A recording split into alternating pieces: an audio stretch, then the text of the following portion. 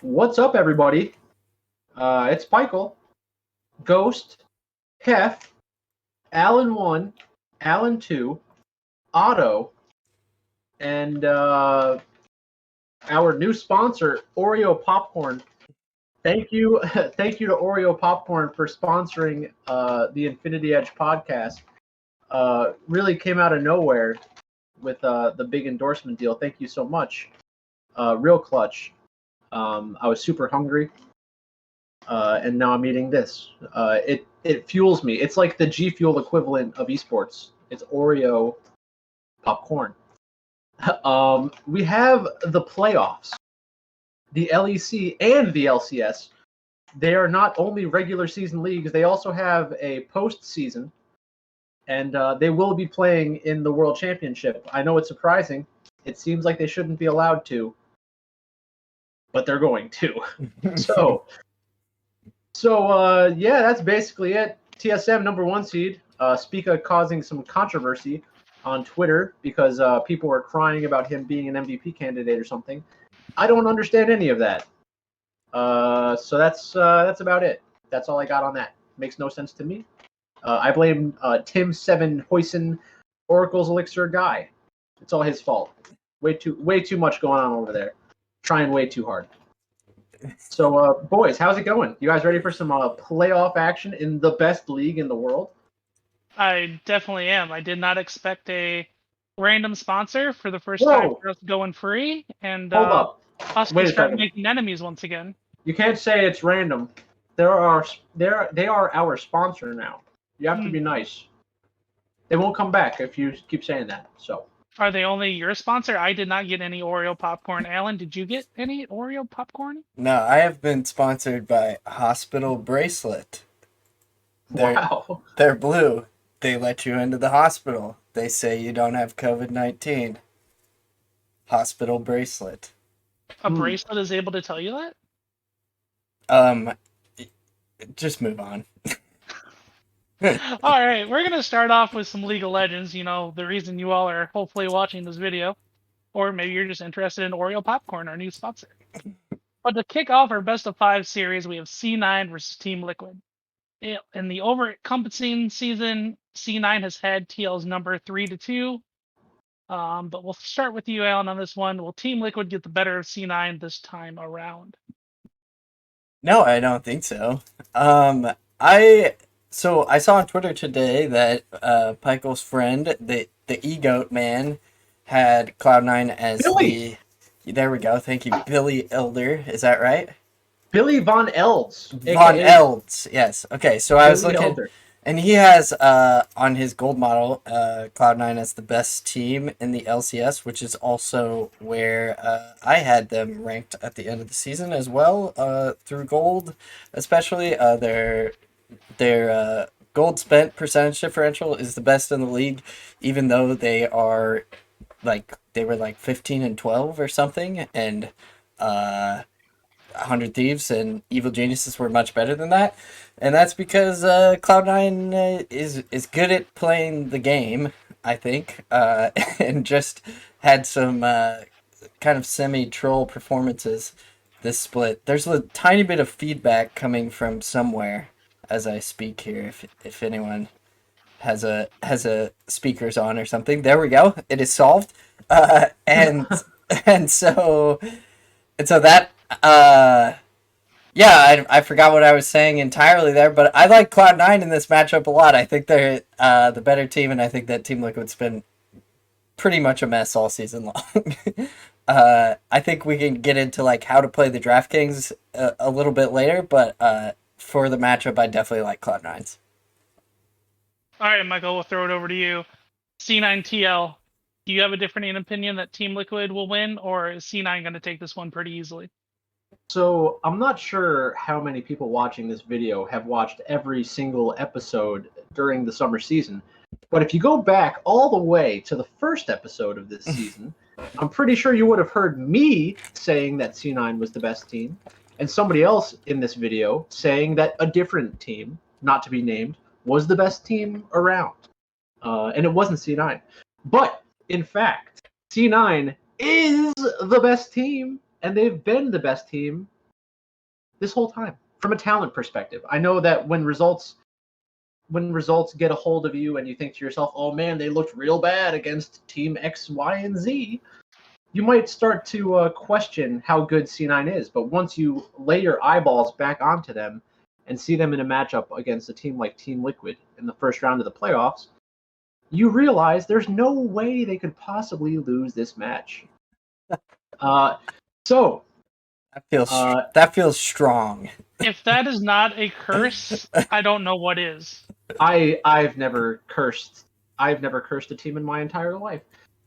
So before the season started, I did like rankings of different players in different roles. This was before the spring season started. So I had Fudge and Alfari both listed as above average.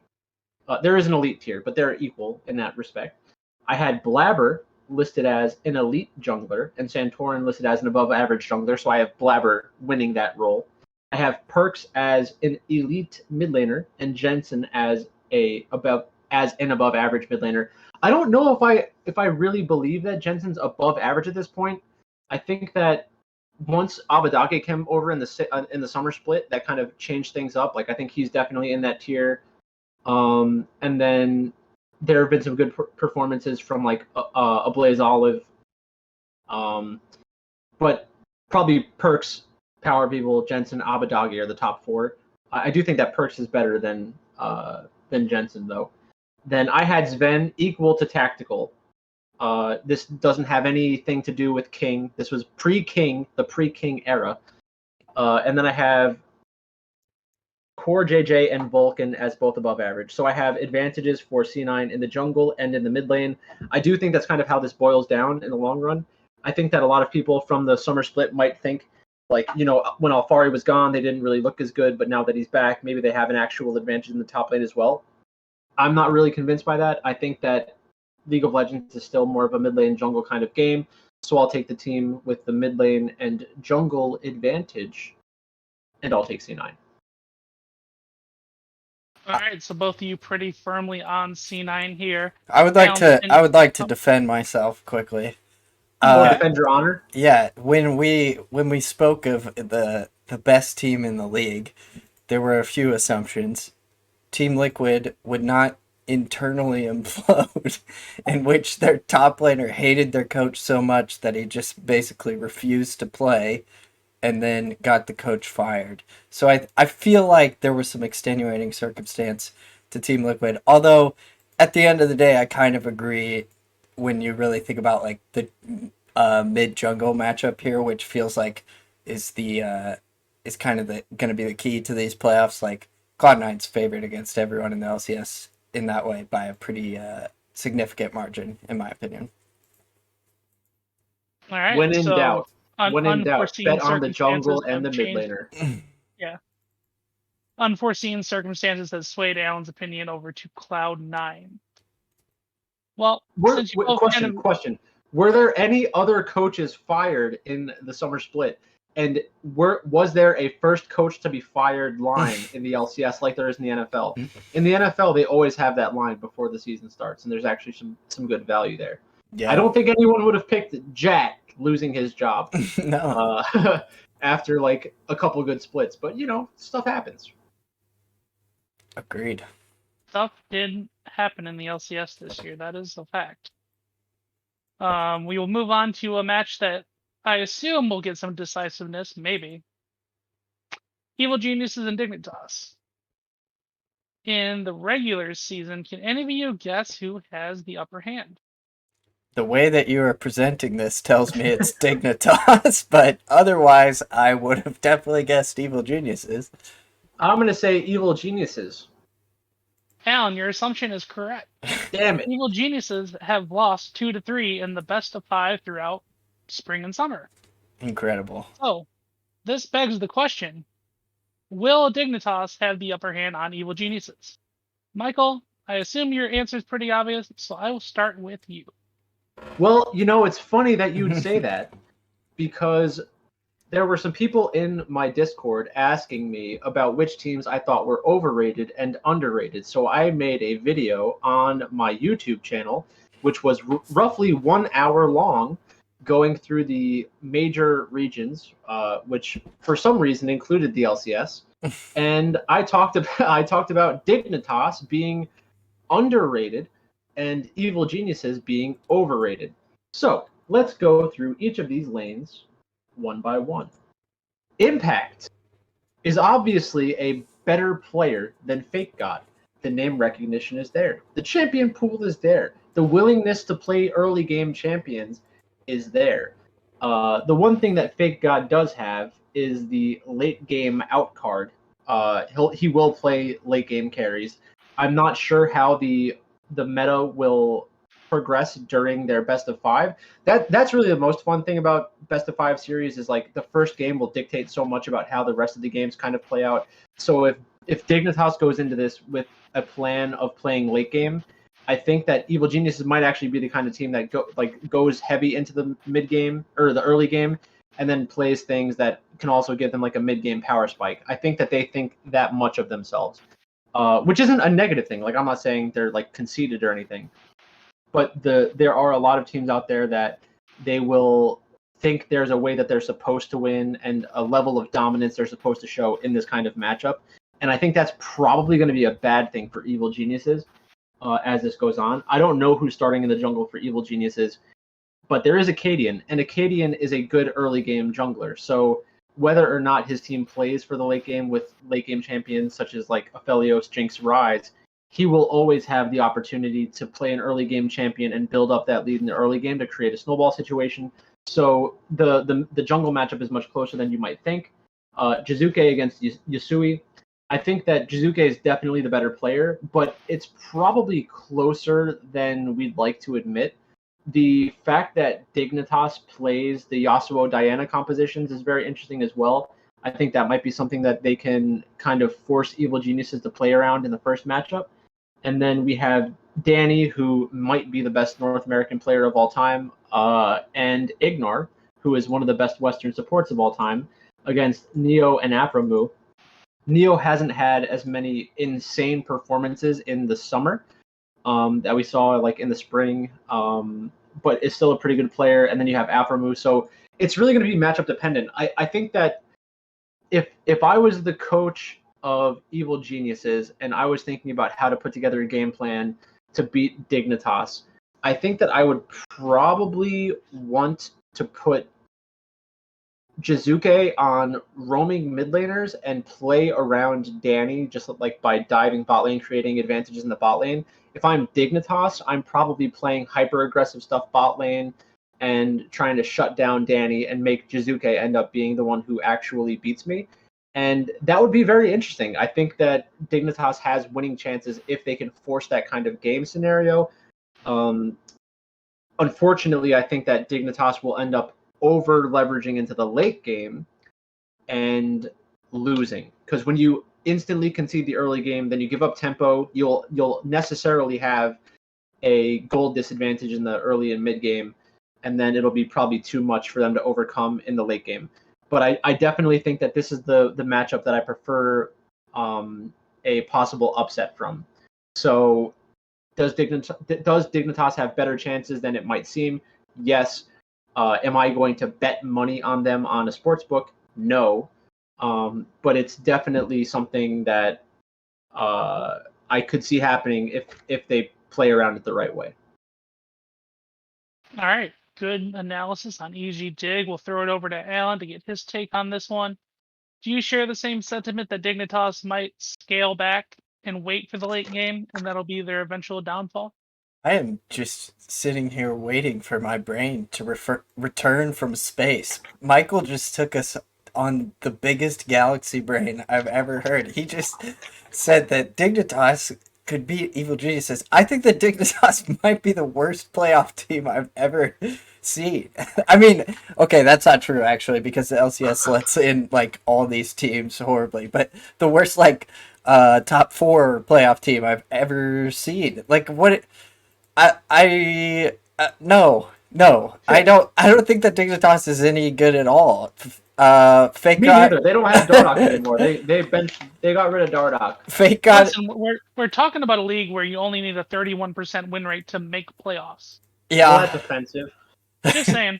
All right, so Fake God Impact, definitely Impact. Acadian contracts, Svenskeren, you could you could replace any of those junglers with each other, and they probably wouldn't make that much of a difference.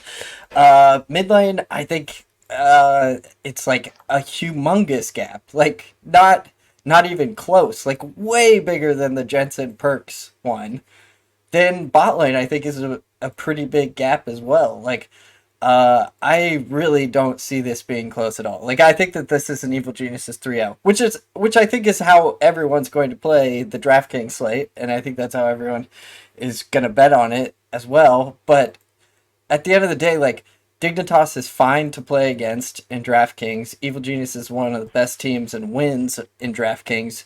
And I think they're going to 3-0. Like, I just can't, like, do anything but 4-stack Evil Geniuses without the jungle position here. Like, I, I, I sat all day trying to convince myself that, like, a 4-stack Cloud9 where they, have, like, a 19 kill loss or something and go 3-1. But still, I think I like Evil Geniuses in a 3-0 more than that.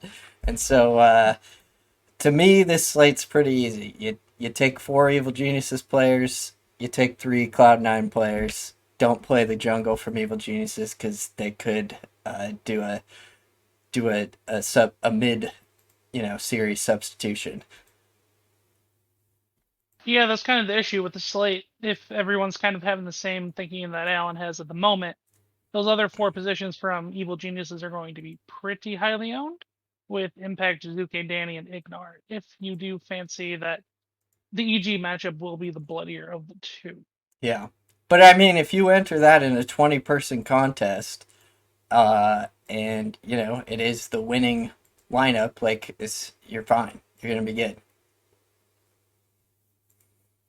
All right, we'll throw it again back to Michael if he has anything else on this slate. I think on DraftKings, I think that the Dignitas play is definitely doable. I wouldn't suggest playing it as the core of your lineups, but I think that's where you'll get the most leverage over the field. And Evil Geniuses has not been that good to finish the season. I think that people will look at the most recent games and see that they beat C9, beat 100 Thieves, beat CLG, which doesn't matter. But they lost to Immortals. And remember, they beat 100 Thieves Academy. Like, that's not really a significant thing.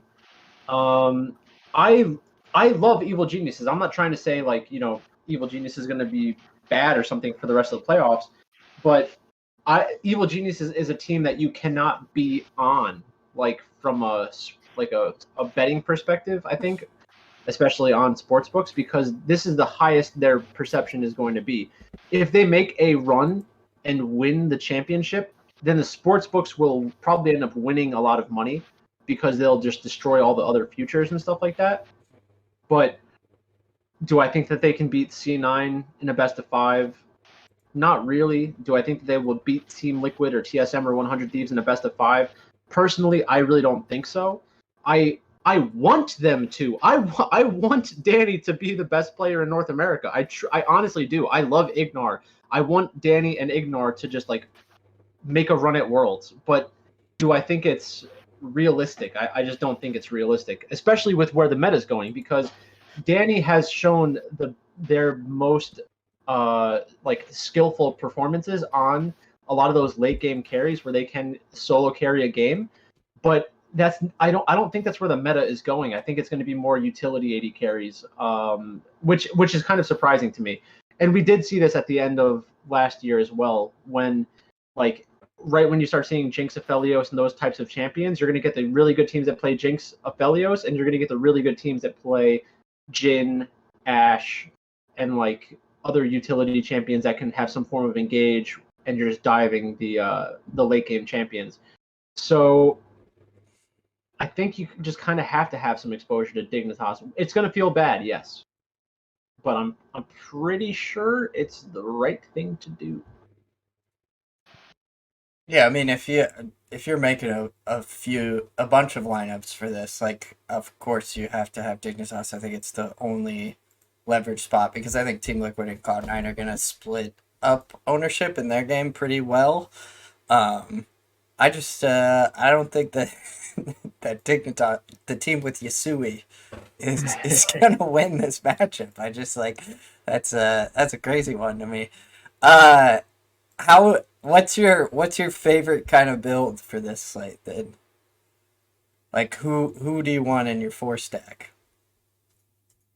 If I was only going to play one lineup, I would probably make a 4-stack of Dignitas and then a 3-stack, like a 2 players in the team slot from C9.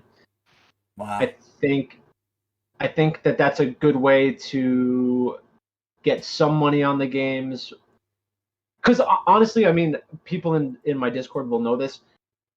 One of the most common things that I say is fuck 2-game slates, where I just like refuse to play them. So I would rather have a chance at like a weird outcome happening, get a Dignitas win on the first day, go into the second day just rooting for C9 and just hoping that they don't absolutely blow Team Liquid out of the water. And I also think that if you wanted to do like a C9 4-stack with Dignitas as a secondary stack, I think that might be good as well.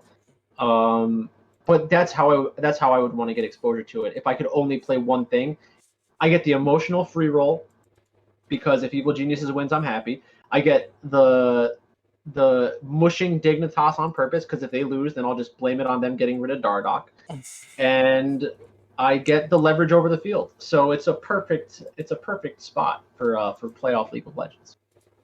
No matter what, it's a win-win slate for Michael over there. That is very true. Very true. Yeah, I think I go with the Jizuke captain and Perks Blabber Cloud9 team slot. That feels pretty good to me. If possible, I'm checking right now.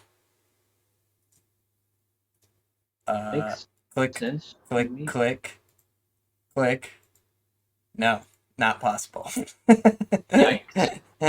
Yeah, maybe then I would go with like a Blabber captain with the Evil Geniuses 4-stack is how I think I would go next from there.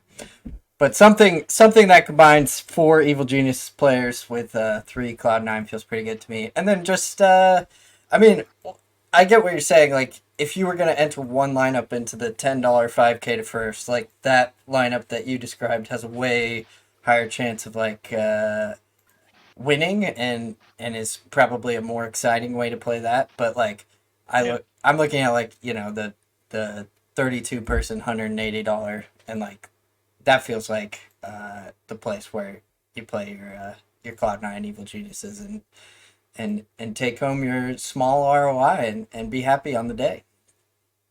Yeah, I can see that. All right. Well, do you guys want to go to the LEC or wrap up here?